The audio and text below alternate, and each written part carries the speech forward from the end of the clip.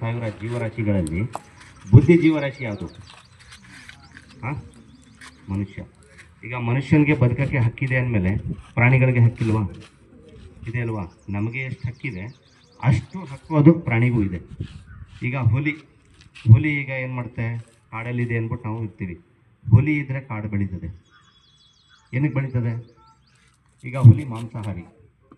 ಈಗ ಸಸ್ಯಾಹಾರಿ ಪ್ರಾಣಿಗಳು ಯಾವುದು? ಜಿಂಕೆ, ಕಡಬೆ ಮತ್ತು ಬೇರೆ ಬೇರೆ ಅವೇನು ಮಾಡುತ್ತೆ? ಈ ಗಿಡಗಳನ್ನು, ರೆಂಬೆಗಳನ್ನು, ಕೊಂಬೆಗಳು ಈಗ ಹುಟ್ಟುತ್ತವಲ್ಲ, ಮೊಳಕೆ ಬರುತ್ತಲ್ಲ, ಅದನ್ನು ತಿನ್ನುತ್ತೆ. ಹುಲಿ ಏನು ಮಾಡುತ್ತೆ? ಅದನ್ನು ಬೇಟೆ ಮಾಡಿ ತಿಂದು ಕಾಡನ್ನು ಉಳಿಸ್ತಾರೆ. ಆ ರೀತಿ ಪ್ರಾಣಿಗಳಿಗೂ ಹಕ್ಕಿದೆ, ನಮಗೂ ಹಕ್ಕಿದೆ. ಪ್ರಾಣಿಗಳನ್ನ ಯಾರು ಸಾಯಿಸ್ಬಾರ್ದು. ಈಗ ಕಟ್ಟಾವು ಯಾವ ರೀತಿ ಅಂದರೆ ವಿಷ ಇದ್ರದ್ದು ನಾಗರ ಹಾವಿಗಿಂತ 14 ಪಟ್ಟು ಹೆಚ್ಚು. ಇದು ಕಡ್ದಾಗ ಡೈರೆಕ್ಟ್ ಕೋಮಾದಲ್ಲೂ ಹೋಗ್ತೀವಿ ನಾವು. ಇದನ್ನು ನಾವೇನು ಮಾಡಬೇಕು? ಹಾವುಗಳಿದೆ ಅಂದರೆ ನೋಡಬೇಕು, ದೂರ ಒಂದು 10 ಮೀಟ್ರ್ ದೂರದಲ್ಲಿ ನಿಂತು ನೋಡಬೇಕು. ಹಾವು ಇದೆ ಅಂದರೆ ಆ ಜಾಗದಲ್ಲಿದೆ ಅಂದರೆ ರೆಸ್ಕ್ಯೂವರೇ ಇರ್ತಾರೆ. ಹಾವು ಹಿಡಿಯೋರು ಯಾರಿದ್ದಾರೆ ಅಕ್ಕಪಕ್ಕ. ಈಗ ಅವ್ರನ್ನ ಕೂಗಿದ್ರೆ ಅವ್ರು ಬಂದು ರೆಸ್ಕ್ಯೂ ಮಾಡ್ಕೊಂಡು ಹೋಗ್ತಾರೆ. ಸರಿನಾ? ಮತ್ತು ಹಾವುಗಳು ಕಂಡಾಗ ಏನು ಮಾಡಬೇಕು, ಏನು ಮಾಡಬಾರ್ದು ಹೇಳಿ? ಹಾವುಗಳು ಕಂಡಾಗ ಏನು ಮಾಡಬೇಕು?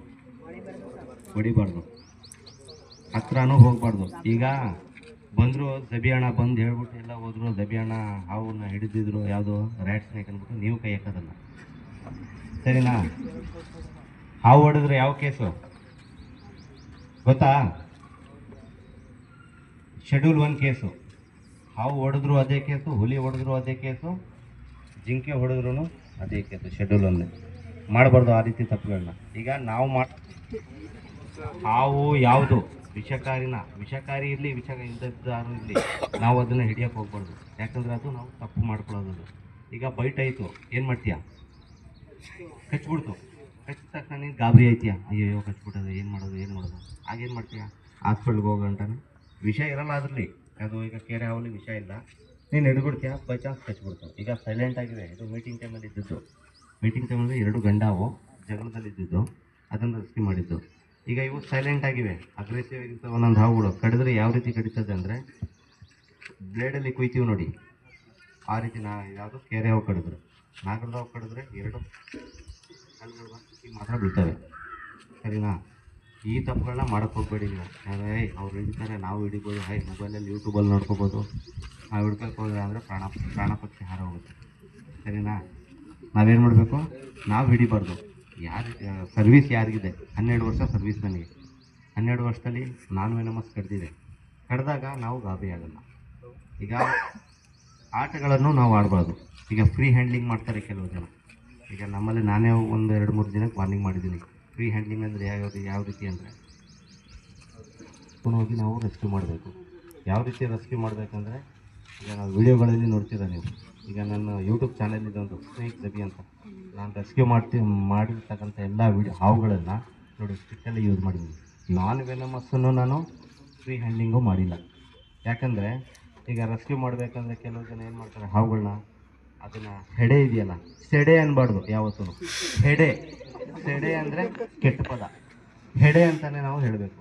ಹಾವುಗಳನ್ನ ಹಿಡಿಬೇಕಂದ್ರೆ ಕೆಲವ್ರು ಏನು ಮಾಡ್ತಾರೆ, ಹೆಡೆನ ತೆಗೆದ್ಬಿಟ್ಟು ಈ ರೀತಿ ಶೋಗಳು ಕೊಡ್ತಾರೆ. ಶೋಗಳು ಫೋಟೋ ಶೂಟ್ ಸೋಷಿಯಲ್ ಮೀಡಿಯಾದಲ್ಲಿ ಸ್ವಲ್ಪ ಫಾಲೋವರ್ಸ್ಗಳು ಜಾಸ್ತಿ ಆಗಲಿ ಹೇಳ್ಬಿಟ್ಟು ಏನು ಮಾಡ್ತಾರೆ, ಹೆಡೆನ ಈ ರೀತಿ ತೆಗೆಯೋದು. ಅದೇ ರೀತಿ ಚಾಮರಾಜನಗರದಲ್ಲಿ ಒಬ್ಬ ಇದ್ದ, ಯಾರು ಅಂದರೆ ಸೂರ್ಯ ಅಂತ ಒಬ್ಬ ಇದ್ದ. ಅವನಿಗೂ ವಾರ್ನಿಂಗ್ ಮಾಡಿದ್ದೀನಿ. ಕಿಸ್ ಮಾಡಿದ್ದಾನೆ ಹಾವನ್ನ ಹೋಗ್ಬಿಟ್ಟು.